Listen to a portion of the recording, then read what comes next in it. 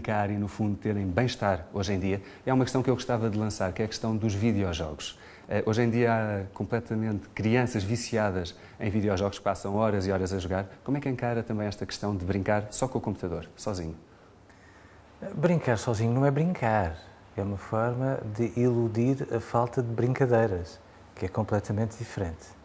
E, portanto, eu acho que é muito importante que nós, de alguma forma, possamos dizer que a culpa não está nos videojogos, está no tempo que os pais deixam que as crianças estejam a brincar com os videojogos. Se me disser assim, há jogos um bocadinho violentos, porventura haverá um ou outro que não serão razoáveis, mas eu acho que às vezes nós somos de um puritanismo insuportável. E, portanto, os jogos agressivos fazem bem às crianças. Fazem bem. Deviam ser quase recomendados como o óleo de fígado de bacalhau todos os dias, que nós, infelizmente... Mas quando diz um jogo agressivo, classifica que tipo de jogos é que está a falar? Os mais diversos. Há jogos completamente Bom, vamos separar a agressividade e violência. Sim. A violência tem a ver com exercício gratuito, em que, no fundo, acaba por estar a retirar um gozo fora de lugar do sofrimento do outro. É, portanto, um exercício doentio, psicopático, se quiser. E desaconselha esse tipo de jogos? Em absoluto. Mas quando os jogos introduzem agressividade, em que se pisa ao risco e se vai para além do risco, isso faz bem às crianças. Porque a agressividade é a correia de transmissão do nosso motor interior.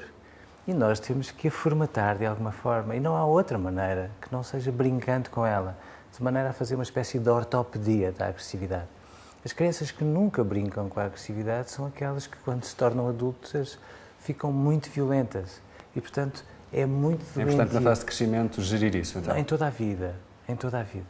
O importante é que eles depois possam aprender a ser agressivos com maneiras, o que só é possível quando se brinca de determinada forma, com grande envolvimento, às vezes ganha-se, às vezes perde-se, como em tudo na vida.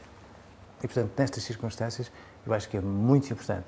Funciona como uma espécie de inoculação à dor, ou seja, é uma espécie de vacina.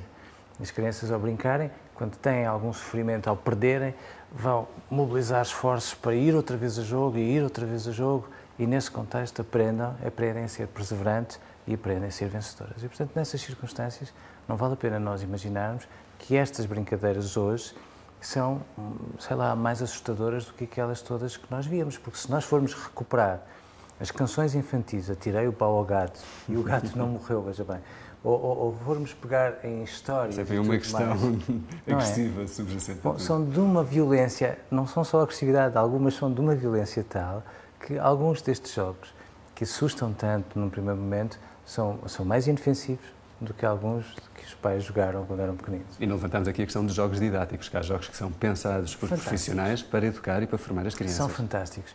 A linguagem das novas tecnologias transposta para o jogo é absolutamente fascinante.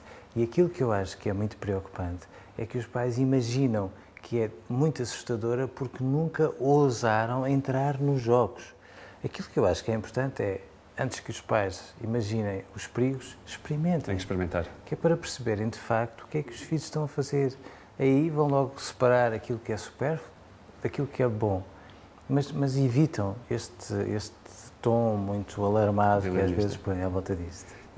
Algumas questões levanto também sobre a questão dos pais dizerem não. Hoje em dia vivemos numa sociedade bastante consumista.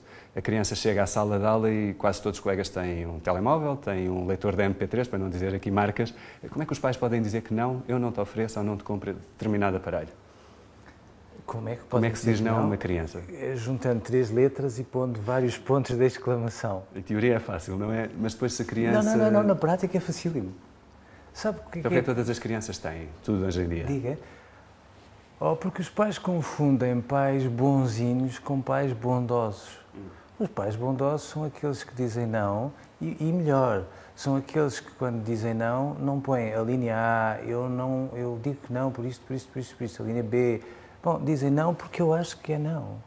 E, portanto, nós vivemos com esses apelos de brinquedos mais sofisticados. Não são só as crianças, somos todos nós. Eu agora estou a particularizar no caso das crianças, claro. Agora, nessas circunstâncias, as crianças têm um olhar muito educado para aquilo que é sedutor, para aquilo que é bonito e para aquilo que é sofisticado.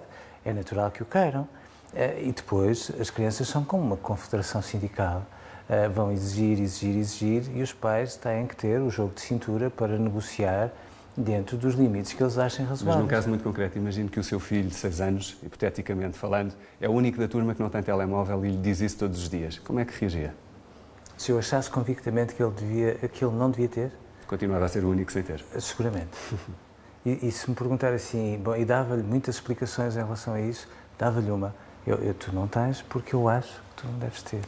Nem que isso dentro da sala de aula para ele levantasse, se calhar, algumas questões de inserção, porque levantam-se essas questões. Admito, mas é bom que nós possamos também aceitar que a justificação dos nossos comportamentos protetores em relação à infância dos nossos filhos não é acessível para eles logo, logo, logo. Muitas vezes eles só percebem a sensatez dos pais alguns anos depois. E, portanto, quando os pais acham que os seus atos têm que ser quase descartáveis, no momento têm que ser justificados, não estão a ser pais.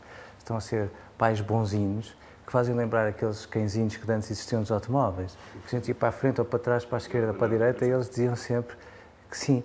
E, portanto, quando os pais aprendem a dizer que não, dizem o quê? Dizem sim àquilo que sentem, dizem sim à relação com o filho, e depois, falando em português de mal educado, filhos e pais que se amanhem e aprendam a negociar de forma a compatibilizar os sims de cada um. Uma última questão antes de fecharmos o programa. Como é que acha que as crianças que ainda não nasceram vão brincar, por exemplo, daqui a 5 ou 10 anos? Melhor. Eu acho que vão brincar melhor, sabe? Acho que nós somos tão mais atentos como pais hoje. Temos crescido tanto, tanto, tanto, tanto. É tão mais fácil ser pai hoje. Temos cada vez mais auxílios e às vezes quando falamos das novas tecnologias temos uma enciclopédia absolutamente fantástica a entrar-nos pelos olhos de dentro. Portanto, a gente vê um futuro positivo. Bom, mas sabe, quando nós vimos a história das mentalidades, na história das mentalidades, sempre que se chega a uma geração, ela acha que depois dela só o dilúvio. E ainda assim a humanidade tem vindo a crescer pachorrenta e tudo. E, portanto, não vale a pena nós termos medo do futuro, porque nós hoje somos os melhores pais que a humanidade alguma vez concebeu para as crianças. Agora veja bem como são os nossos filhos quando chegar a vez deles serem pais. Muito bem, agradeço a sua presença aqui hoje no Geração Hightech, agradeço a sua. Para a semana fazemos uma pausa, voltamos no dia 7 de junho, no outro horário, à hora de almoço, com um programa ligeiramente diferente, não vai querer perder. Até lá, veja já os vídeos deste programa que vai em 6 meses, estão em youtube.com/Geração Hightech e junte-se à comunidade virtual que cresce de dia para dia em geraçãohightech.wi5.com. Então, até dia 7 de junho.